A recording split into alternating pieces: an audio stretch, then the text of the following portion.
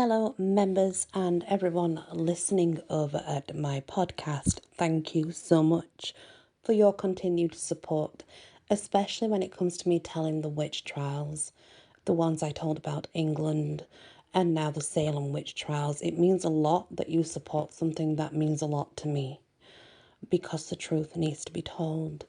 And most of these women, they were condemned for nothing, okay? For literally nothing. They were not witches. They did not do what was said. So let's continue, shall we? As the court began to organise, the afflicted girls, Abigail Williams, Mary Walcott, Mercy Lewis and Anne Putnam, widened the circle of suspicion. On May the 28th alone, complaints were made on their behalf against 11 more people. Now the accusations began to reach well beyond Salem village. As we said, remember there was a lot more now that were being accused. So amid this growing turmoil, the Court of Oyer and Terminer started its first session on June the 2nd, hearing the case of Bridget Bishop. Although she was not the first witch accused, Crown Attorney Newton put her case first. Why we don't know. Because usually it's the first that's accused would generally go first. Bishop had been charged with witchcraft back in 1679 but acquitted for lack of evidence. The twice widowed Bishop had often been before the court but just acquitted. Both she and her second husband, Thomas Oliver, had been convicted several times, but this was domestic violence. In one other case, the brawl took place on a Sabbath. One neighbour accused her of stealing a spoon and was subsequently cursed by Bridget. An elderly, poor, quarrelsome and suspicious woman, Bishop fit everyone's idea of what we call a witch. The most dramatic testimony against Bishop came from the girls who had been tormented by a spectre. Not only had she encouraged them to sign the Devil's Book, but the girls described how Bishop's spectre had tortured them when they attempted to testify against her at the pre-trial hearing. As was often the case at witch trials, the accusations confirmed the long-held suspicions of neighbours, who then came forward to recount a long history of Bishop's satanic acts. A total of 10 witnesses testified about strange actions that surrounded her, some dating back to the 1670s. Unusual accidents, the disappearance of money, to mysterious deaths in her apparent ability to summon monstrous satanic imps. Bishop was a bilious reservoir of an invisible world. The most damning evidence came from John Bly and his son William, who had been hired by Bishop in 1685 to carry out some repairs on her home. When they took down the cellar wall, they found, in the holes between the stones, several poppets made up of rags with hog's bristles and headless pins in them with the points outward. Poppets with pins in them. Today they would call it a voodoo doll or, hoodoo doll. And basically small dolls that were clothed, and then they would have some hair or possessions stolen from the victims and stuck with pins, otherwise damaged, to inflict pain on the victims, and apparently this was all too clear. Evidence of image magic. The Blythes did not produce the actual poppets, but this short, simple testimony would have been viewed as a tangible proof of black magic. Far more damning than spectral evidence. Further physical evidence came from a panel of 9 women and surgeon John Barton, who examined the body of Bridget Bishop and 5 other suspected witches, searching for devil's marks. The teats sucked on by Satan or a witch's familiar. After diligent search on Bishop, the group found a preternatural excrescence of flesh between the pudendum and anus, much like teats and not usual in women. Bridget Bishop had a witch's teat. Even more remarkable, when they re-examined Bishop several hours later, the excrescence had disappeared, replaced by dry skin. By the time the jury began deliberation, there was little doubt about the outcome. A long history of unexplainable acts, alleged crimes, family violence, combined with previous charge of witchcraft, multiple witnesses to a harmful spectre's actions, evidence of image magic, and even a witch's teat. That's enough to convict a person of witchcraft, especially in most English courtrooms of the day. To no one's surprise, Bishop was found guilty, sentenced to be hanged. On Friday morning, June the 10th, Sheriff Corwin and his men led Bridget Bishop from the jail to common land on the outskirts of Salem town, to the place what later be known as Gallows Hill. He later reported that Bishop was hanged by the neck until she was dead. So she was strangled to death. This is where people get it so wrong with hangings, right? When these women were hanged, sometimes if they were lucky enough, they had someone that managed to pull on their feet, make it quicker, right? But we're not talking about broken neck and instant death here. They were strangled to death and choked on their own vomit while they were being hung. Okay, this was not just what you think. This was excruciating. It wasn't what people think at all. It's so sad. The exact method of hanging at Salem is not actually known.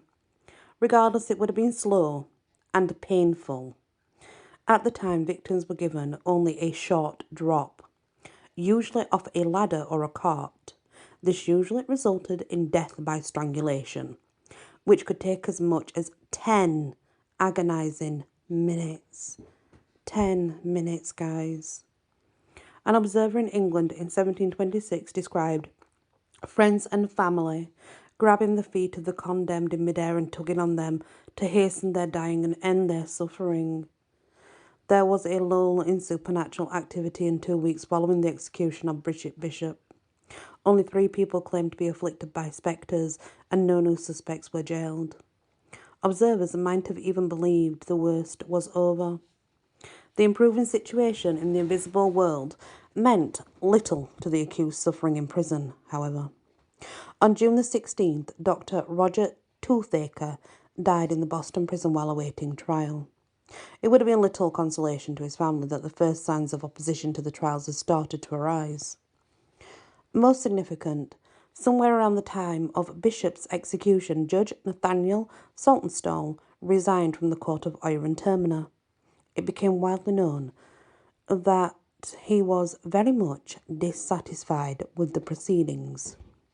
There would even be claims that his spectre actually afflicted people. Other members of the court and administration may not have been questioned the proceedings outright, but they did want to make sure they were on the right path. On June the 13th, Governor Phipps met with his council, with 4 of the judges of Oyer and Termina, Stoughton, Sewall, Winthrop, and Sergeant, in attendance. The council asked the group of leading ministers of the colony for their opinion on handling of the witchcraft proceedings, and in particular the use of spectral evidence. The ministers responded 2 days later in return of several ministers penned for the group by Cotton Mather. They showed their support for the judges. Difficult task it was. While the divines raised serious doubts about the use of spectral evidence, the differential letter concluded by encouraging the speedy and vigorous prosecutions of such as have rendered themselves obnoxious. Ignoring or not fully understanding the minister's concerns about spectral evidence, the judges interpreted this statement as a green light to continue their prosecutions. A few days later, however, another minister voiced his concern.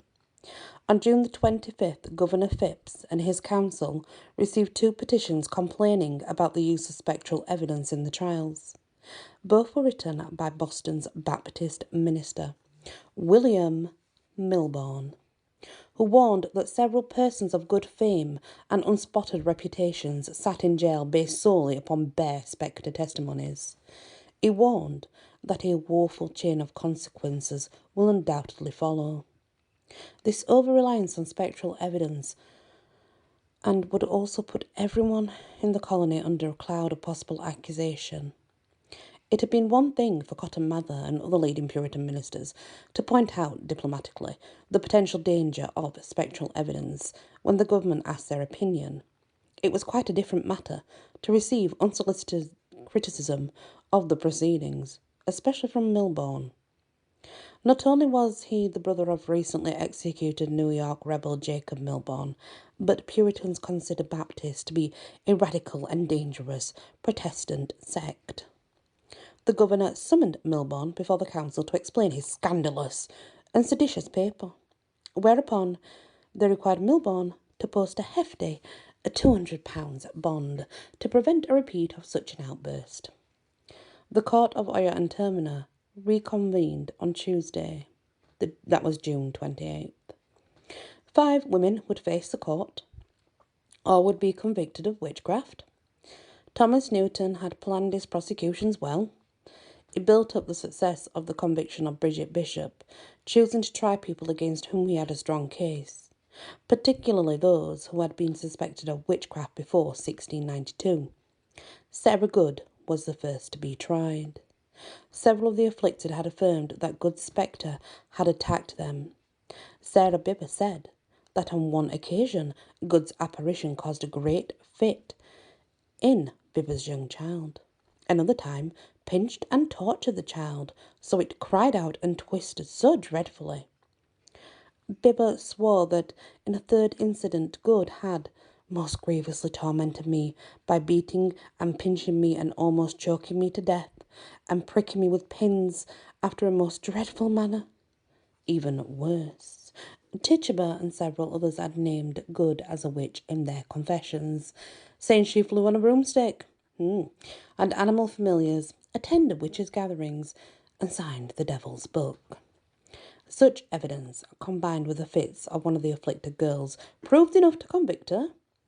Next, the court tried Susanna Martin, an elderly Amesbury widow, whom Cotton Mather would call one of the most impudent, scurrilous, wicked creatures in the world. Martin was convicted as well. The magistrates then turned to Rebecca Nurse, a case that would be much more difficult for the court. Not only was 70-year-old Rebecca a highly respected member of Salem Town Church, but she and her family had actively prepared for her defence. The grand jury had indicted her back on June the 3rd, the day after Bridget Bishop's indictment and trial. Presumably, Rebecca's trial was delayed because of the very active work her family undertook to overturn the indictment. The nurses solicited testimony that questioned the veracity of Rebecca's accusers and submitted a petition signed by 39 friends and neighbours in support of her innocence. And with most of the cases, the prosecution's evidence lay almost entirely upon the testimony of the afflicted, who claimed that Rebecca's spectre had harmed them. The court also produced reports of a panel of women and surgeon John Barton, who had found what they believed was witch's teat when they inspected Rebecca. Despite the evidence, the jury returned initially with a verdict of not guilty. The decision immediately led to great turmoil in the courtroom. The afflicted girls cried out. Several of the judges seemed displeased, and one went so far to suggest Nurse should be indicted anew for the recent afflictions. Judge Stoughton asked for the jury to reconsider, pointing out what he considered to be a particularly damning statement made by Nurse. The jury went back to their deliberations, but uncertainty remained, so the foreman, Thomas Fisk, returned to ask Rebecca to explain her remark. She remained silent, an action taken by the jury as a sign of her guilt, so they finally returned with a guilty verdict. Immediately afterward, the Nurse family complained that Rebecca, who was nearly deaf, had not heard the question, and Fisk would acknowledge that her silence was the principal evidence of her guilt. Despite this obvious miscarriage of justice, the conviction remained, even with the reprieve from Governor Phipps, who apparently rescinded it in the face of the complaints by the afflicted and pressure from an unnamed Salem gentleman. 5 days after Rebecca's conviction, her fellow Puritan saints formally turned their backs to her. In her presence, the Salem Town Church members unanimously voted her excommunicated. They threw her out of the church, basically. The dynamic in Salem had now changed. Previously, witchcraft had been a crime common to poorer and marginal members of society. Rebecca's religious, economic, and political standing normally would have protected her from charges, or at least kept her from being taken seriously. Her conviction demonstrated that almost no one, absolutely no one, in the colony was ever going to be safe. If they were going to be accused, they were going to be tried. If they were going to be tried, they were probably going to be found guilty. But you have to understand what it is they're being found guilty on. They're being found guilty over invisible ghosts, okay, that only the afflicted can see.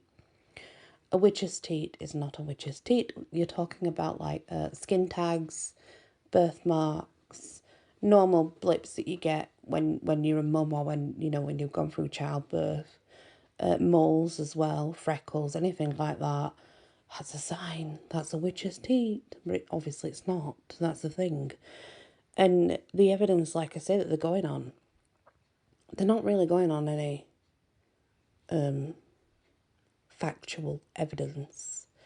They're going by what these girls are saying, and I think these girls are stupid and they're making stuff up. I'm not going to lie. I really just think they are doing it just because they can do it.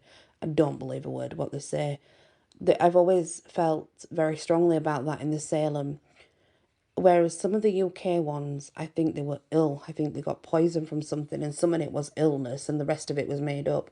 Where it comes to the Salem witch trials, I think they got wind of the English witch trials, and they may have even got their hands on a few books, and read them or whatever. But I do think that it was all just made up. And why they would do that to people, I don't know, because I'm pretty sure they wouldn't go to heaven when they were dead, because they had put innocent people to death by lying, just blatantly lying. And that's one thing about the Salem witch trials that I've never been able to like. It really makes me angry to think these girls sat there and really put on a show of having fits and being attacked by spectral beings. And it was all fake. It was completely fake. To do that to anyone, let alone the elder poor women in the community that cannot defend themselves, that makes those girls evil. They are the evil, not the other women, the girls, because it's all made up. Thank you for listening to this episode of the Salem Witch Trials. When we come back, I guess we'll have to look at how the court continues, what's the next session and such, but I'm pretty sure it's all going to go the same way, as we're all pretty sure that's what it's going to do. Many blessings.